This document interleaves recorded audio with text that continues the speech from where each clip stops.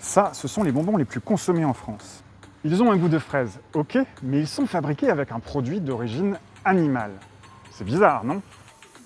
Donc là, on a marqué gélatine, et on est sur des gélatines porcines, a priori, sur ce produit-là. On va essayer de reproduire cette recette.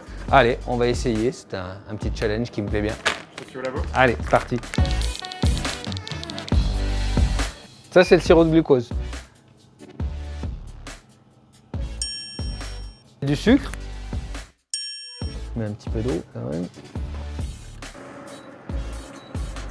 Les 3 gélatines animales possibles pour faire ce produit, ça va être la porcine, la bovine ou la poisson. Le seul truc qui est un peu dommage, c'est qu'il ne spécifie pas, quoi. Il y a un petit manque de transparence là-dessus. T'as ton téléphone sur toi? Allez, non.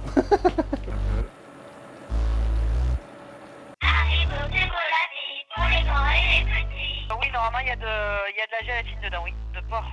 Bon, bah merci pour cette information. Hop. Le sucre inverti. Donc le sirop de glucose avec l'eau et le sucre. Puis donc notre gélatine qui a fondu au micro-ondes. Comme une chantilly. Pour les bonbons gélifiés, on arrive à faire des choses bien avec de la pectine ou des carragénanes, des gélifiants à base d'algues. Mais il n'y a que la gélatine animale qui permet ce foisonnement, qui permet de gagner du volume. A priori, pour l'instant, moi, je n'ai pas connaissance d'un produit de substitution. L'acide citrique. L'arôme et l'acide. Donc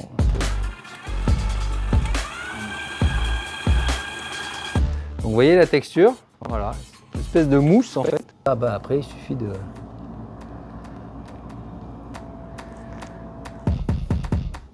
La gélatine animale durcit quand même au froid. Donc là on est prêt à enrober nos fraises dans le sucre coloré.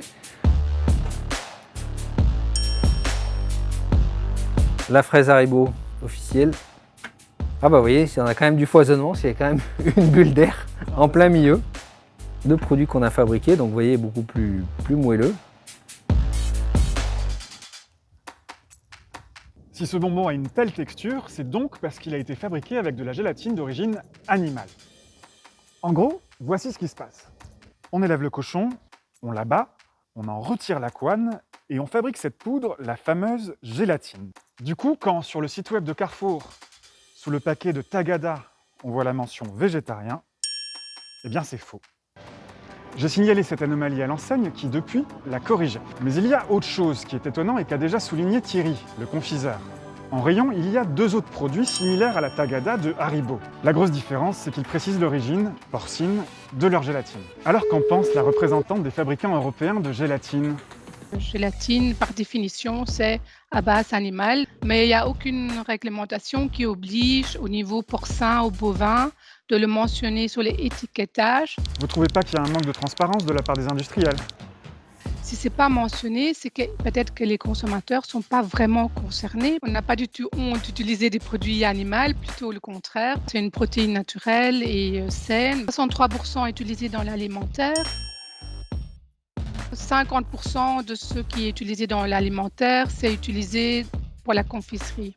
En Europe, 80% de la gélatine produite est de base porcin parce qu'il y a plus de matières premières pour produire ce produit. J'ai contacté la marque Haribo ainsi que l'interprofession des confiseurs.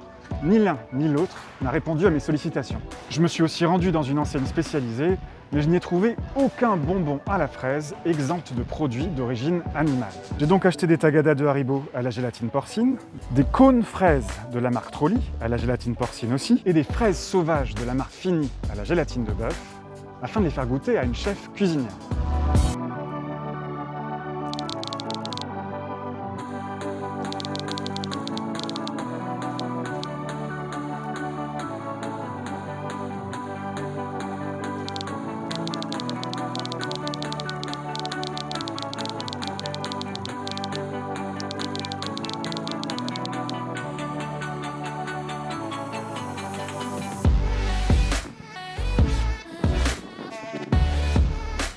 Salut Fernanda. Salut Adrien, comment tu vas? Ça va très bien et toi? Ça va, ça va. Est-ce que tu mets de la gélatine dans ta guimauve? On peut pas faire une guimauve sans la gélatine, c'est impossible. Pourquoi?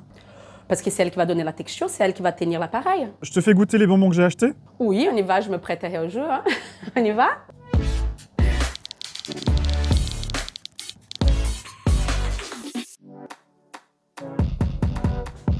Je suis prête, on y va. Ça va? Ça va? Tu vois quelque chose? Non, je vois rien.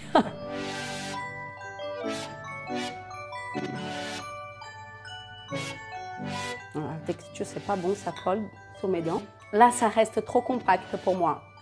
Il n'y a pas de souplesse. C'est plus moelleux.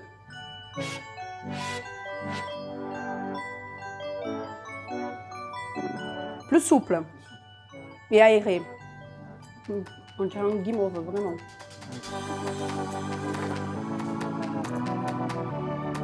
Ok. Bon, déjà, dans le magasin Glups où je les ai achetés, ils étaient tous au même prix. La première, c'est la Tagada d'Haribo. D'accord. C'est la meilleure pour toi? C'est le meilleur pour moi. Elle est à la gélatine de porc. Alors la deuxième, à ton avis, c'est quoi comme gélatine? Le deuxième, je pense que c'est la gélatine animale. J'ai pensé du bœuf.